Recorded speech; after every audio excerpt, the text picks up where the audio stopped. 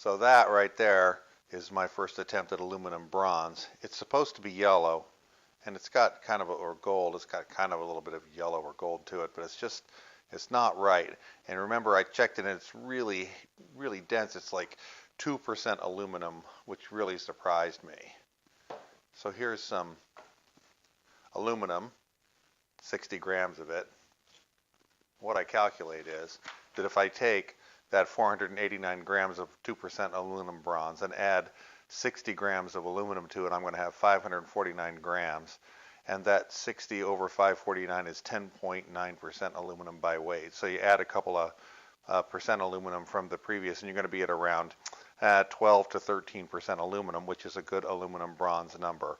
So I'm going to melt these suckers together and see what happens. Now, when I melt, I like to start off with low melting metals and move to high melting metals. So I've got another 8-foot piece of aluminum. I'll do that first because that'll give you a chance to get everything heated up. I've melted one of these before. I know what it is. It's made of zinc, although I have to tell you this one's really heavy, so I'll probably melt it separately because it might not be, but I'm pretty sure it's zinc. Lastly, I was saving this for the new bathroom, but I turn it over and it's got no mounting hardware, so I was getting ready to throw it out, and I thought to myself, wait a minute, I can melt this. And aluminum doesn't do that. That's got to be zinc. Only zinc is going to give you that kind of a finish on a casting. So we're going to go ahead and melt that too. Just one other quick thing. I cut that up, and as you can see, it's brass. You can see the brass on the inside. So I'll be melting that with brass.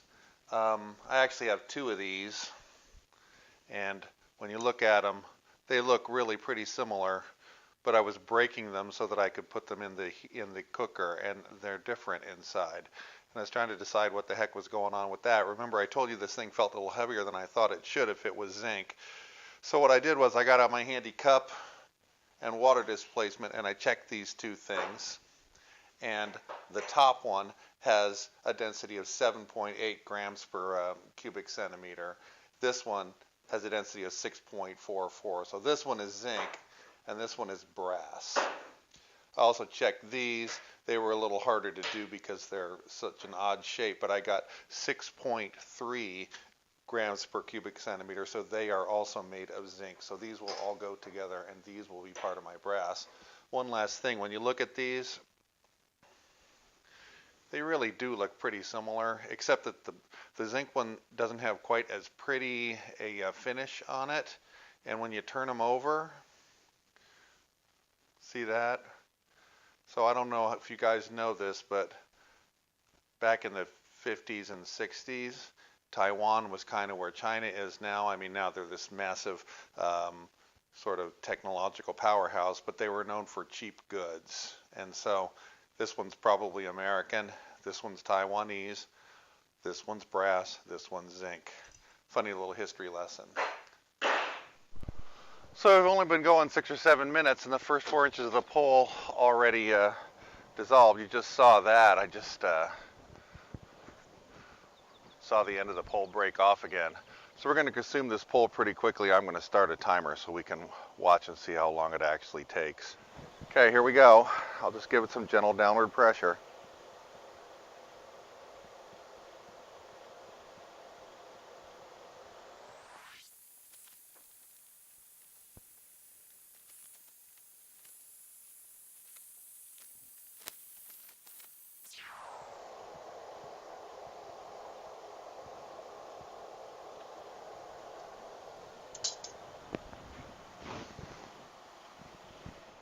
I've been reading about the pouring characteristics of aluminum extrusion, and frankly, I think that's why this stuff is so weird when you pour it. It's just a little on the thick side.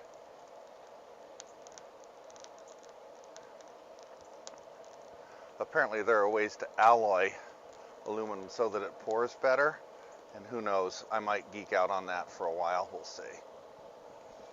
Okay, well, here goes my zinc. We'll see what happens.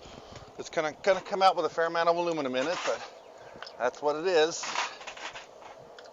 That's pretty impressive. We're 49 seconds into this melt and the metal's already letting go. I didn't expect it to go that quickly because it's a fair amount of metal and it's fairly cold, but it's already started to melt. So I let it get a little too hot. There come the zinc oxide fumes. Let's see if I can collect some of those. And we better just pour it off. Look, you can see the white zinc oxide on the bottom of that pan. Looks like the stuff's actually on fire.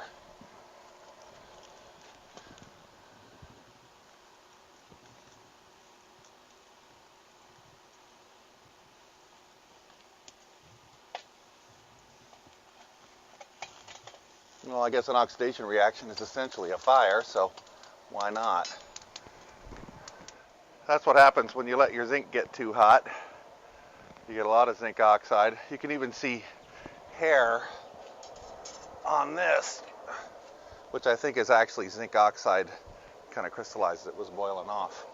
Okay, next. I'll drop the aluminum in there and let it melt. Then I'll throw this aluminum bronze in on top of it. And if I'm right, I'm going to come out with 11 or 12% aluminum bronze at the end of this little experiment. So this crucible's sitting on 3 or 4 inches of pretty stoked up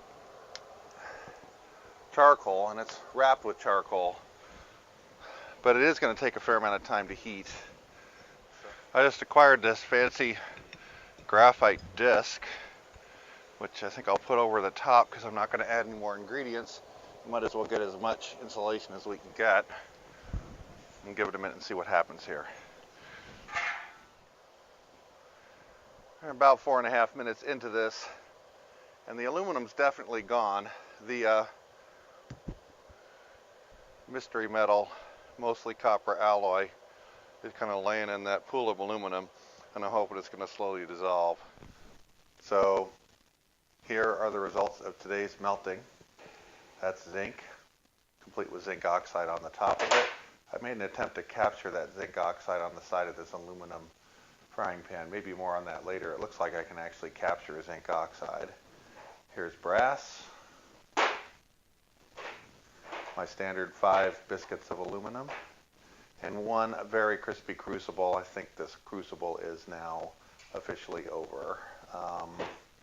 This is what I was trying to make aluminum bronze. Again, sorry, I got some plastic on it by accident, melted right on. It's still very heavy, but it is not aluminum bronze.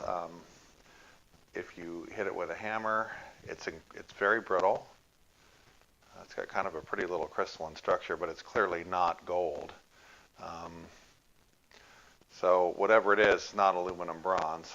It has a density of 5.79, which brings it in right there at the 50% aluminum, 50% copper.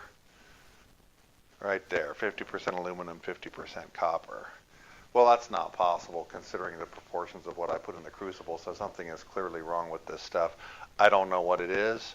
I think that in order to get reliable aluminum bronze, I'm going to have to go back to reliably being able to get copper first and then alloying it directly with aluminum rather than the kind of bastardized way I did it earlier. So that's going to have to wait until I can more reliably melt aluminum, or excuse me, melt copper. So anyway, there we go. That's the end of this particular expedition. I need to up my game on my equipment a little bit, clearly. So if you don't mind, please consider to like or subscribe, tell your friends, and we'll keep on melting and we'll keep on pursuing my dream of aluminum bronze.